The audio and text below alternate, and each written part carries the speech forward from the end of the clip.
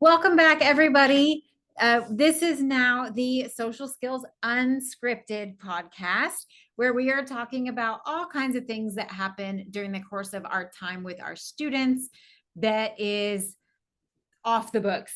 All the stuff that's not part of our lesson, just the stuff that happens during the normal course of us hanging out with our amazing kids. Sometimes it's related to the lesson, but we talk about things that kids say, things that they do, and the ways that we respond to that. So, on this episode, we are going to talk about how we work with our kiddos if they don't remember something, if they're not paying attention, and how we encourage an environment where all of our kids feel like they can participate and engage, even if they don't really know what's going on, and even if their answers don't make sense or aren't really what we're talking about, how we encourage them to continue to participate and engage anyways. We're also talking about how we support our kids who are waiting to be invited to play, which tends to be our more socially anxious kids. We're talking about in every one of our game times, we have kids who pretend play, which is actually much more challenging than playing a structured board game or card game. So in this episode, we're also talking about how we support our kids in navigating pretend play. All right, first up, this is the list that Ramiro and I keep of just all the happenings every day. One of the things that is really important to us that we reinforce, first of all, we have a concept here that everything is always okay. No matter what somebody says or doesn't say or doesn't do, it's okay. The way that we feel is okay. The things that we think about, it's all okay. A lot of our kids feel nervous and uncomfortable if they realize they haven't been paying attention, if they don't know what we're talking about, if we ask a question and they don't know how to answer the question, if they forgot what we talked about the week before. Unfortunately, in more traditional settings, those kinds of things can be a problem. Not paying attention can definitely be something that our kids can, quote unquote, get in trouble for. All of us at Starfish are autistic or have ADHD or learning disabilities, in addition to them being children. So the idea that they're going to pay attention for an hour is absurd. Even us as functional adults, I mean, I don't know what the average attention span is, but I guarantee you it's minutes before we're in our own head, thinking about our own thing. So the fact that our kids are used to having to hide that they weren't paying attention or that they don't know something or don't remember something, we totally kind of find our way around that here. We actually encourage our kids to just be upfront and honest about it, because it makes much more sense for somebody to say, "I'm sorry, I wasn't listening. Can you say that again?" versus them answering something that they didn't even hear in the first place, or pretending that they know something that they don't really know. It's much more beneficial for everybody to just be upfront about it and acknowledge, "I'm sorry, I wasn't paying attention," or "I don't understand that question," or even to just say, "I don't know." That's what we really encourage in our kids. And every time it comes up in a class, we stop the class and point out to the whole group how it's always okay to not know something. It's always okay to not remember what we talked about last week. It's always okay to not be paying attention. And so every time we're able to have that conversation, I feel like it helps our kids just feel a little bit more secure with their own brains. Anything else you want to add to that conversation? Yeah, just real quick. I do feel like I've noticed that, like, when we do have those conversations with the students, the next time they're called on and they weren't paying attention, they'll ask us to repeat the question, or they'll say, "Oh, I wasn't paying attention." So like they're getting more comfortable with like knowing that it's okay to not pay attention sometimes. It's okay to be caught off guard. And we just, without questioning it or making it a big deal, like we just repeat the question, or Yeah. whatever it might be. Yeah, that's a great point that we can see over time that kids just become more comfortable with that. That's a really good point. Next on our list, literally, is just the concept of some of our kids who are more socially anxious during game time, especially when they're new. Because once kids have been with us for a while, they get the hang of how things work, and they tend to form their own partnerships and groups and that kind of thing. But we do have some kids that basically come into game time and will sit around or stand around and wait for someone to invite them to play something. What typically happens is that the other kids make all their own plans with other people, and everybody moves on and is doing something and playing something, and the kids who are waiting are left waiting. Not because any student here is purposefully ignoring them, not because they don't like them, not because they don't want to play with them. We tend to pay attention to what we're thinking about and what we're focusing on. So when kids come in, they're already thinking about who they want to play with, what they want to play, and then they make it happen. And they're not really paying attention to the kids who are standing on the side, not making a plan. So by default, the kids who hang back often end up with nothing to do. And so that's where Ramiro and I step in. And again, we don't tell our kids what to do. So we're not going to go up to them and say, hey, let's go find you a group. Let's go find you somebody to play with. We will make suggestions and we will notice. So we'll say, what I'll usually do is, usually we have a couple groups playing board or card games. We almost always have a group pretend playing. And so I'll just notice what the options are, right? So, oh, I noticed that these kids are playing Sorry, but that game is full, right? There's already 4 people. I noticed that these kids are playing Battleship, and that's just for 2 people. I noticed these kids are playing Aggravation, and it looks like nobody's yellow. And I noticed these kids are pretend playing, and I bet anybody could join that group. And we just kind of lay that foundation, right? And if the noticing doesn't move the kiddos forward, that's when we can ask them, what choice would you like to make? Which group would you like to join? And then also reinforcing that the only kids here do not have to allow other kids in their group. Everybody gets to make their own choice. But the only time that usually happens is if a game is full. Even if kids have already started, a lot of times they're willing to either just let somebody jump in Uno, they'll just jump in, right? Or they'll start over so that somebody can join. Again, most of our kids have been here for a while and they've learned to be pretty flexible. So the only time usually that someone isn't able to join a group is if it's full. Other than that, it's usually pretty open. So we have several kids here that we notice. We have one that actually goes to the bathroom every time. So he comes in, he'll look around, and then he'll go to the bathroom. And so it's kind of just a de-stressor, I think. Unfortunately, what happens while he's in the bathroom is all the other kids are forming their groups and finding games. And so when he comes out of the bathroom, now he just has a pick of what other kids have already decided to do. But that's, instead of telling kids what to do, instead of saying, hey, can so-and-so play with you guys? We don't speak on behalf of the kids. We notice and provide them with the information and then encourage them to make their decision about what they want to do. Anything else you want to add about that? I don't think so. You got it. You nailed it. Okay. Turning that one over to you. Okay. So a couple of our students, they have they love engaging with each other. They love like starting conversations. They love even like hosting games during game time. And so they have like a very bright, like strong personality compared to some of the other students.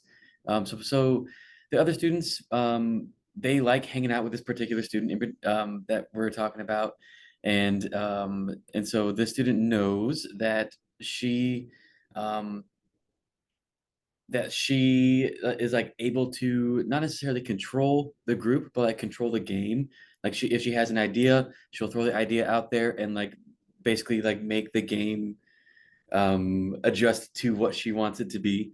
And so usually the other students, they tend to go along with it. If they're easygoing, they don't really care what they're doing. They just like hanging out in that particular group. However, if the student continues trying to like be bossy or like control the game, some of the students actually do end up like over time they end up getting annoyed with it, or they get tired of like only being able to do what she wants them to do. And so naturally, they just like one by one, they'll like go off and join other games instead. Because that game just ends up not being fun anymore because it's all about what that one student wants. Um, and so, you know, as that happens throughout the game time, the student ends up not being able to control the game anymore. She doesn't really have anyone to play with her because of only wanting to do things the way that she wants to. And so, She often ends up on her own. yes. Right, after a little Mhm, while. It mhm. might start as a group of 4, and then maybe 30 minutes in, she's now on her own because Mhm. everybody else has left to go do something different. Yeah. Um, And I think what I've noticed is when that happens and she ends up on her own, sometimes what she's done is just tried to entertain herself, mhm. right? Yes. We have rolly chairs, and so she'll just push herself around the room. Um, but she's a pretty active kiddo. And so she will go up and ask other groups if she can join. And what's interesting about that is that when she joins a group that's already formed, Mm, she has to conform to what they are doing, right? She can't yes. come into a group that's already formed and take it over because otherwise they would tell her no. Mhm, So I think it's interesting how sometimes in the span of 20 minutes, she goes from, and not in a, usually not in a mean controlling way, mhm, just some of us have personalities where we like to be in charge more than mhm. others. So she goes from being in charge and calling the shots to having all the kids gradually go do other things, to being on her own, to then kind of having to humble herself Mhm, so that she can join someone else's game. mhm. But I think over time, she has realized what's happening. She's Yes. picked up on it. And we will make our noticing comments as well. I Mhm, notice that the other kids didn't really like it when you only wanted them to do this. And I see that they've left the game. mhm. So just us making our observational comments in case she's not putting the pieces together. And so in the last few weeks, she definitely has not been as controlling over the way that the games are played. Her group Mhm, tends to pretend play. So they tend to take pieces from games, but then just use them however they want to, as opposed to actually playing the game. mhm. And I've really noticed over the last few weeks that she allows all the kids that are playing in her group to contribute and to even change the direction that the game is going. Yeah, yeah. And what that means is that they stay a group the whole time now. Mhm, The last few weeks we've seen that that group tends to stay intact mhm, for all of game time because it's all of that. There's 3 of them always, and then sometimes a 4th or a 5th, mhm. but they're now all of them are able to share ideas and contribute um, instead of one person dictating the direction of the game. Yeah. So I think that's obviously it's really big for her here, but I would imagine that also carries over into school and other places where she's engaging with other kids. Mhm, Usually the need to be in charge of things comes from anxiety. It comes from kind of fear of the unknown, not being able to be in control of things. mhm. And so when we see that start to shift, it also makes me think that student is experiencing less anxiety and they don't feel the need to have that sense of control anymore. Yeah, absolutely. Yeah, it's always fun like hearing whatever they're coming up with because as a whole group they come from very different like ideas and they love expressing themselves in different ways and stuff. So yeah, the the complexity of that game by the end of the hour, it's always been really cool, especially over the last few weeks when it's been like everyone together coming up with the different ideas. Yeah. Yeah. They had put pieces of games together in a way that I couldn't actually tell what it was because they put different pieces from different games together. Mhm. And so I asked them about it and I mean, it was so simple what they said. I just, oh my gosh, if that's Yeah. that piece from that game and that piece from that game. And then we've got kids who use no game pieces and Mhm. just pure imagination. I think they don't like it when we like peek in on them.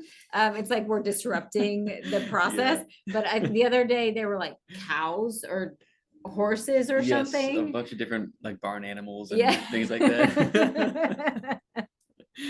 And then we have, some older kids that they play sorry backwards or Yeah. they do things like that where they'll take pieces or they'll take a game and just play it a totally different way. Mhm. So yeah, the pretend play is really fun.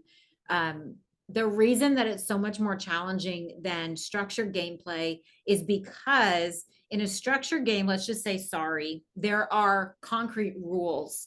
And even if you have excuse me, a question or a disagreement about the rules, we keep all the instruction booklets for all of our games for that purpose, right? And if it's not there, we can Google it and we can look it up. So there's a concrete way to play board and card games. There are rules around how you play, there are rules around how you win, there are rules around when the game is over. Mhm. And pretend play has none of that. Mhm. And it's however many people are playing, like Ramiro said, they're all coming from their own perspective. So what you started pretending, the game is not going to continue along that line Mhm. because all the other kids are coming from their own different perspective. And so pretend play requires kids to be able to change plans as other kids contribute to what is being pretended. And we've been surprised that some of our kids that are more socially challenged do really well with pretend play. Yeah, Oh my yeah. gosh. So just like how social awareness is not tied to IQ, it's not tied to age. They have nothing to do with each other. We have really young kids that are really socially aware. Mhm. We have old kids that are not socially aware. Same with IQ. We've noticed the same with pretend play, Yeah. that it's really more about your capacity to be creative, and your ability to just go along with the group. Mhm. It's not so much about how old the kids are or their IQ or their social awareness. It's more about their capacity to follow along with Mhm. what other kids are pretending. Even when the group that was farm animals or whatever they were, one of them kept running away from the farm, right? And so that was not the plan that the person who decided they were going to be farm animals had in mind. Oh, they were milk. One of them was milk. Oh my gosh. So definitely was not a plan for the milk to be running away, Mhm. but the kid who was milk was running away. So just the ability to go along with those dynamic shifts. Really love it when kids pretend play because it's so much more flexible Mhm. and I think it's more fun, right? It's more Mhm. enjoyable to just do something when you have no idea where this is going. Mhm. So that's our notes on pretend play. If your kiddo is a pretend player with other kids, I think that's amazing. Amazing. We can all pretend play on our own.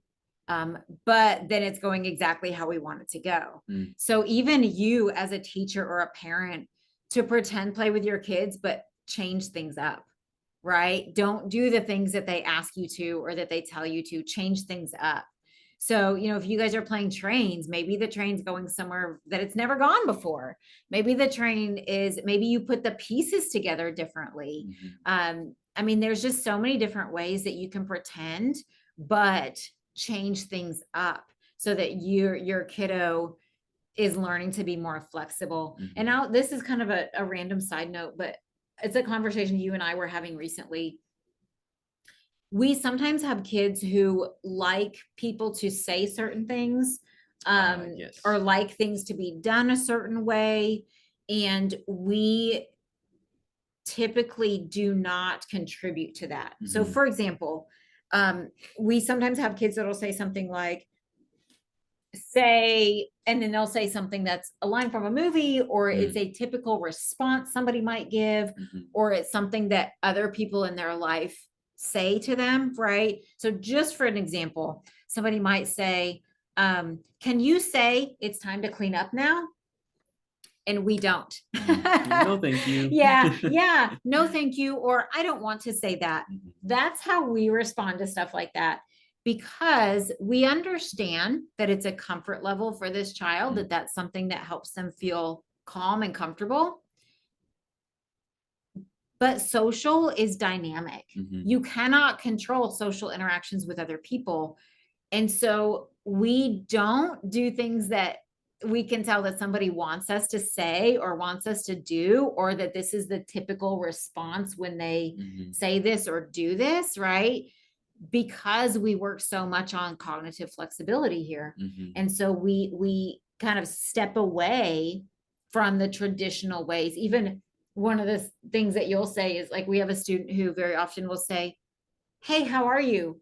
I'm good, or I'm Mhm. fine, right? But sometimes, like, if she says, hey, how are you? What do you say? What do I say? Like, just to change the dynamic. Oh, I'm terrible. I would say something, because usually when people ask that, they say, I'm good, I'm fine. And so to see the students actually, like listening to to my answer, I would say, oh, I'm terrible, or oh, it's a terrible day, or something like that, just to, you know, um, to not just go along with, what I guess what the typical answer is. Mhm. Um, but yeah, we've noticed that the student doesn't even like really respond to those kinds of answers. If I say, "Oh, I'm terrible," or something like that, she just It's the scripted, yes. right? It's Mm-hmm. being stuck in kind of the scripted conversations. Mm-hmm.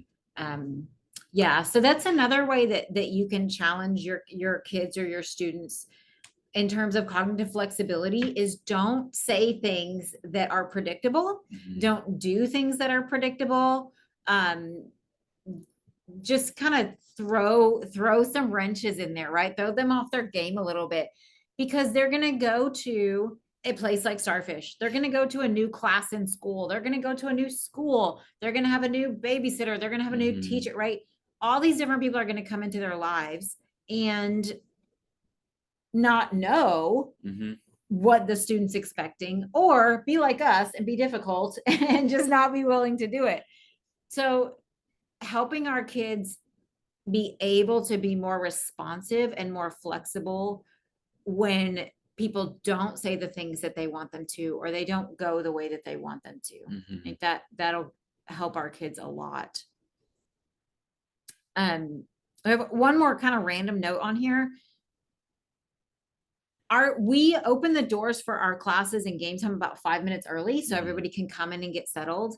And especially with our younger kids, we have to stop the conversations in order to start class. So how cool is that? This is a place for kids with social learning challenges. This is a place for kids who struggle with conversations and making friends and all things social. And we have gotten to the point where we have to stop authentic conversations from happening Mhm. so that we can start class. It's mainly the young kids. The older Yeah. kids have phones. And so they tend to be more distracted with their phones than with each other. But all of our elementary groups, when they come in and they're getting settled, all these conversations just start happening. It Yeah. is so cool. Mhm. Super cool. And then, of course, that's game time, right? I mean, the whole hour of game Yeah. time is just all these conversations happening. Mhm.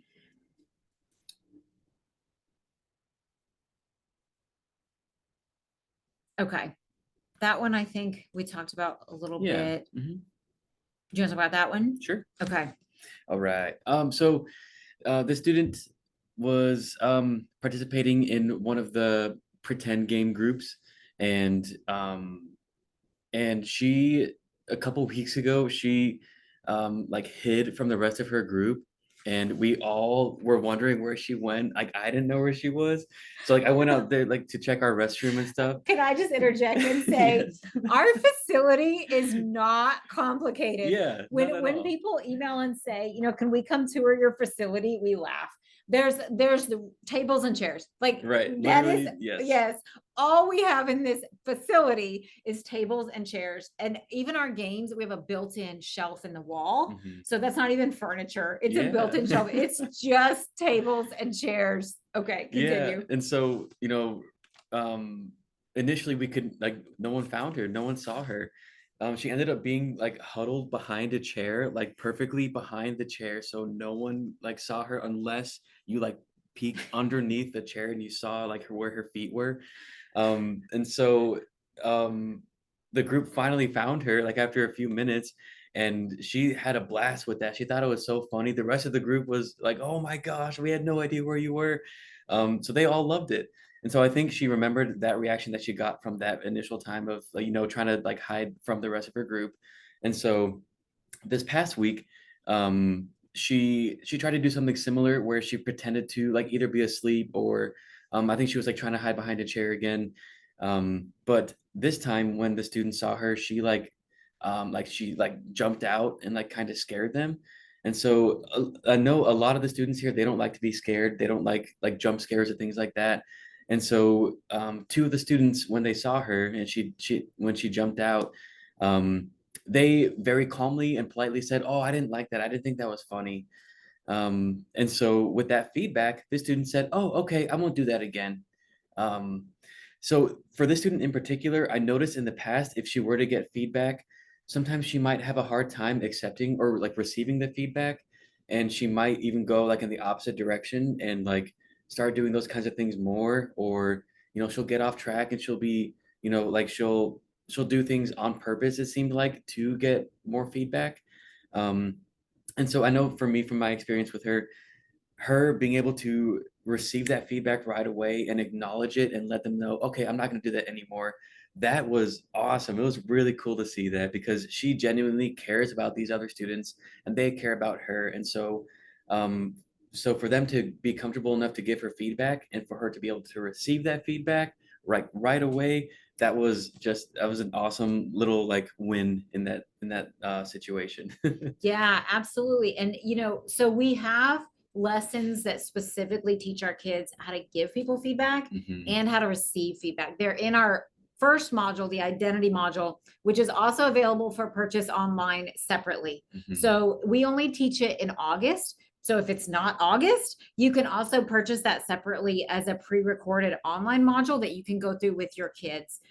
Because that is one of the foundations of our program, is the kids giving each other social feedback, but also being able to accept it, Mhm. right? So I think it's really cool that the kids gave her helpful, calm. Nobody was Mhm. yelling at her. Nobody, Right. don't do that. Mhm. Nobody was upset about it.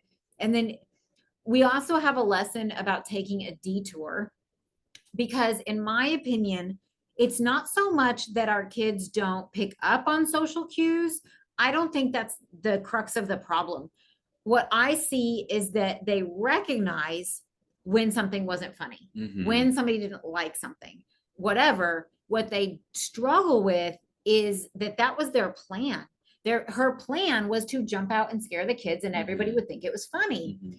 And so when the plan doesn't go as planned, that's when our kids struggle. They don't know what to do instead. So I don't think it's the case that our kids don't always pick up on social information. I think it's that they're on plan A. Mhm. And when plan A doesn't work out the way they expected it to, they don't know how to make a plan B. So here we call that taking a detour, because the goal is to still get to the same place. Mhm. We just have to get there a different way. So if the goal is for her to have a reputation for being funny, we just have to get there a different way, because now she recognizes that jumping out and scaring other kids Mhm. was only funny that one time, Yeah. right? It's not Mhm. funny anymore. Um, so it's, yeah, lots of skills coming into practice. And this is also a student who previously really struggled with taking a detour.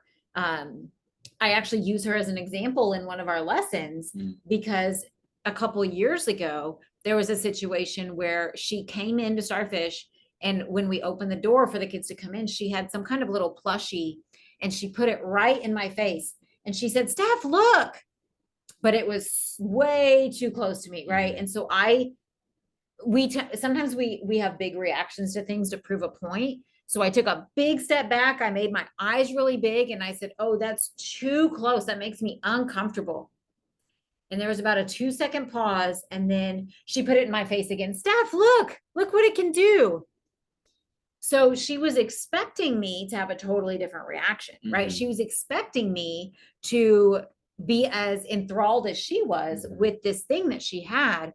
And when I reacted the way I did, it's not that she didn't pick up on the cues, it's that she didn't know what to do instead. And so she just kept trying what she had already tried. So same student, fast forward, to where we are now and her being able to take that feedback and make a totally different plan. Right? Yeah. So amazing. Okay. One more thing for this episode is how we handle things like, I'm trying to think of how to say it in a broader way because it's a pretty common thing. Kids leaving things behind, kids littering on the floor, even if it's like fingernails or hair or whatever, kids doing things that might damage the property, like pulling up on the carpet, picking the paint off the walls, using a tissue and then leaving it on the table. Here's the thing. We don't pick up after kids. Neither one of us are parents. We do not pick up after kids. So the reason what brought this is last week, there was a student that was, I don't remember what he had now. He was picking something apart and dropping the pieces on the carpet. It's actually quite a common thing that happens. I've seen kids do it with their toenails. I've seen the tissues, right? Leaving water bottles behind. 2 weeks ago, we had a kiddo picking paint off the walls. Sometimes our carpet in this building is really old and like basic. And so the kids can find a snag and pull on the carpet. We do not fix that stuff. We don't throw things away on behalf of kids. So we just use our traditional noticing strategy. Or we'll say something like, for example, the student the other week that was pulling on the carpet, our kids have a choice to sit on the floor here. They don't have to sit in a chair. They don't have to sit at the table. We don't care. And the conversation was, if you keep pulling on the carpet, you might not be able to sit on the floor anymore. You might need to sit in a chair at the table, which is not what she wants to do, right? She wants to sit on the floor. Just totally fine, as long as you leave the carpet alone. But just letting her know that that would be the social consequence if she continued to make that choice. I'm trying to remember what that kiddo was dropping on the floor, but we've seen people do it with, like I said, toenails, with strands of hair, picking at their clothing. Yeah. We had a student who used to pick the elastic strands out of his socks. And so pieces of his socks the elastic would end up all over the floor. Sometimes fidgets, kids will pick fidgets apart. And so we just say, if you want to be able to keep holding on to that, what's your plan for the pieces that are falling on the floor? Or, if it's hair, I will say, where else can you put that besides on the floor? Sometimes we'll say things like, if I notice that any more of that ends up on the floor, I'll go get the vacuum for you. Yes. And we really will, right? I mean, I'm not going to vacuum the floor because you've decided to sit there and pick your toenails, right? So just letting kids know the natural consequence of them dropping things on the floor, making a mess, picking, we've had kids that have come up on a weekend and painted the spots on the walls where they've picked the paint off. We have one, it happened a couple weeks ago. When we come back from spring break, we're going to need to make a plan for him to do that, right? We are not responsible for fixing, repairing, cleaning up things that other people choose to do. It's very common for our kids to not have a lot of awareness about how things like that affect other people. If your kids at home don't put their dishes away, leave trash in their bedroom, leave their underwear on the floor in the bathroom, They just don't have a concept of how that affects other people. Mhm. So if you're going around behind them and putting their dishes in the sink, stop doing that. If you're picking up their underwear off the floor, stop doing that. Especially if you're doing it and complaining, because you're still doing it. So you're not actually sending any kind of message that you might think you are, because you're still doing the thing. Mhm. So you don't have to pick up after your kids. If they run out of underwear because all their underwear is on the floor, that would be a great natural consequence. Mhm. If they don't have a bowl for cereal tomorrow because their bowl from yesterday is still on the counter, that would be a great natural consequence. Okay. So again, we like to use the noticing strategy. Oh, I noticed that your bowl from yesterday is on the counter. If you want to be able to eat out of it tomorrow, what do you think you might need to do with it? Mhm. Right. Oh, I noticed your shoes are in the hall. Even here, we have a place for kids to put their shoes, Mhm. right? Kids can take their shoes off here. However, there's a place for them.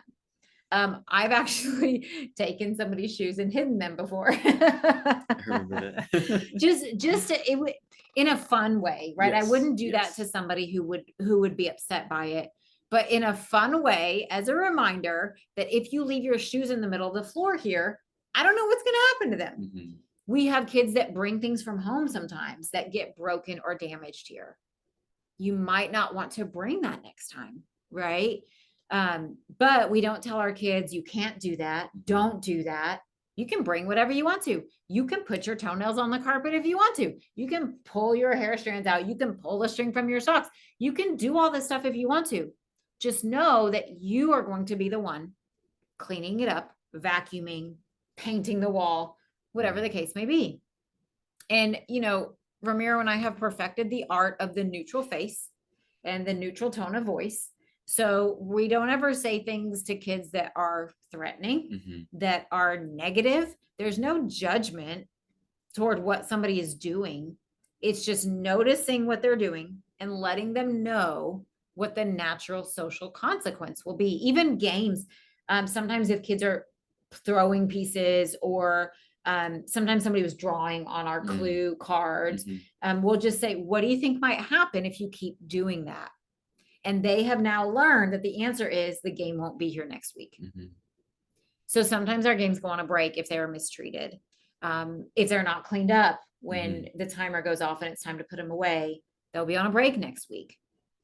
So we don't take games away because somebody's drawing on them. We don't threaten, that you can't ever play that game again. Mhm. It just might not be here next week. Oh, our clue game, the kids were using it to pretend play, but they kept leaving the pieces in the carpet instead of putting them back in the box. And so the second week in a row that we were picking clue pieces out of the carpet, Mhm. that game went on a break.